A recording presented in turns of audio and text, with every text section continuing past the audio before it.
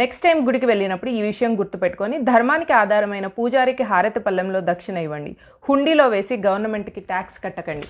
గవర్నమెంట్కి నీ ధర్మాన్ని ఫాలో అవుతున్నందుకు ట్యాక్స్ కడతావా, లేక నీ ధర్మానికి ఆధారమైన బ్రాహ్మణుని పోషించి తద్వారా ధర్మాన్ని కాపాడుతావా? మస్జిద్కి చర్చికి లేని ఎండోమెంట్ హిందూ దేవాలయాలకు 1925లో మొదలైంది. బ్రిటిష్ మిషనరీ ఈ రూల్ని అప్పటి మద్రాస్ ప్రెసిడెన్సీ అయిన మొత్తం దక్షిణ భారతదేశం మీద అమలు చేసింది దౌర్జన్యంగా. మద్రాస్ ప్రెసిడెన్సీ కింద ఇప్పటి ఒడిశా, కర్ణాటక, తెలంగాణ, ఆంధ్రప్రదేశ్, తమిళనాడు, కేరళలోని ముఖ్య దేవాలయాలన్నీ వస్తాయి. ఇది బ్రిటిష్ మిషనరీ చేసిన కుట్ర, డివైడ్ అండ్ రూల్. బ్రాహ్మణులు ఆర్యులని, దళితులు మూలవాసులని అబద్ధపు కాన్సెప్ట్ తీసుకొచ్చి అప్పటికే గురుకులాలను నాశనం చేసి మెల్లగా బ్రాహ్మణులను బూచిగా చూపించి వారిని ఆర్థికంగా దెబ్బ కొట్టడం కోసం 1925లో ఎండోమెంట్ యాక్ట్ అని పెట్టారు బ్రిటిష్. ఇంకా దారుణం ఏంటంటే బ్రిటిష్ మిషనరీ మతం 1947లో భారత్ని వదిలి వెళ్ళిపోయింది. 1947 నుండి మార్క్సిస్ట్ దాడి మొదలైంది. కమ్యూనిస్టులకు ఇస్లాం, బ్రిటిష్, హిందువులపైన చేసిన దాడులు, ఆకృత్యాలు సమంజసంగానే కనిపిస్తాయి. అందుకే 1951లో ఉడుపిలోని షిరూర్ మఠ్లోని కొన్ని ముఖ్య ఆలయాలను ప్రభుత్వం 1927 ఎండోమెంట్ యాక్ట్ కింద స్వాధీనం చేసుకుంది. 1927 అంటే స్వాతంత్రం రాకముందు బ్రిటిష్ మిషనరీ భారతీయ హిందువుల దేవాలయాల మీద లూటీ చేయడం కోసం అమలు చేసిన వాటిని 1947 తర్వాత కమ్యూనిస్టు అండతో గద్దె ఎక్కిన కాంగ్రెస్ ఎలా సపోర్ట్ చేసిందో చూడండి.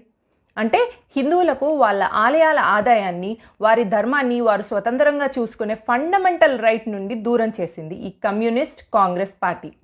తోడు దొంగలై హిందువుల ధర్మరక్షణ కోసం చేసే దాన ధర్మాలను దొబ్బితింటూ ఉన్నారు. అప్పుడే Kesavananda Bharati case versus Kerala state. ఇది హిందువుల ఫండమెంటల్ రైట్ని కాపాడిన లాంగెస్ట్ కేస్. ఈ కేసులో సుప్రీంకోర్టు ఇచ్చిన జడ్జిమెంట్ చారిత్రాత్మకమైంది. మళ్ళీ 2012లో స్వామి దయానంద సరస్వతి గుళ్లను ఎండోమెంట్ నుండి తప్పించేందుకు ప్రయత్నం చేశారు.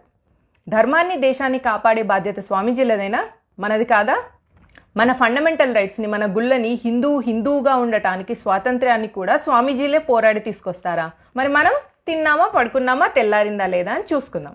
దేవాదాయ ధర్మాదాయ శాఖ ప్రభుత్వ ఆధీనంలో ఉండటం వలన వచ్చే నష్టం కేవలం డబ్బు మాత్రమే కాదు.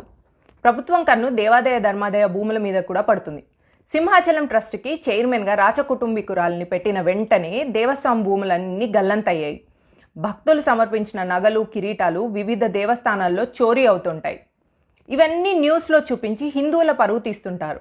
ఇలా చేసే హక్కు ఈ సెక్యులర్ ప్రభుత్వాలకు ఎవరిచ్చారు? చర్చిలో, మస్జిద్లో జరిగే గూడు పుటానీలు బయటకి పొక్కకుండా చూసుకునే స్వాతంత్రం మాత్రం వాళ్ళకుంది. చర్చి ఆదాయాన్ని బీద క్రిస్టియన్కి ఇచ్చి వారి మతాన్ని వారు కాపాడుకుంటున్నారు. మస్జిద్ ఆదాయాన్ని బీద ముస్లిమ్స్కి ఇచ్చి వారి మతాన్ని వారు కాపాడుకుంటున్నారు. అదే హిందూ దేవాలయ ఆదాయాన్ని మాత్రం రోడ్లు వేయటానికి, హాస్పిటళ్ళు కట్టడానికి వాడతారు. మా గుళ్ళు మాకిచ్చేస్తే మేము పేద హిందువులను కాపాడుకుంటాం కదా. ఓకే, అలా చేస్తే హిందువుని మత మార్పిడి చేయటం కష్టమవుతుంది కదా. అలా మా ఆదాయం మాకిచ్చేస్తే పేద హిందువుల్ని దేవాదాయ కమిటీలు ఆదుకుంటే ఇంకా వాళ్ళు మతం మారటానికి నిరాకరిస్తారనా? సో కన్క్లూజన్ ఏంటో అర్థమైందా సెక్యులర్ హిందూ?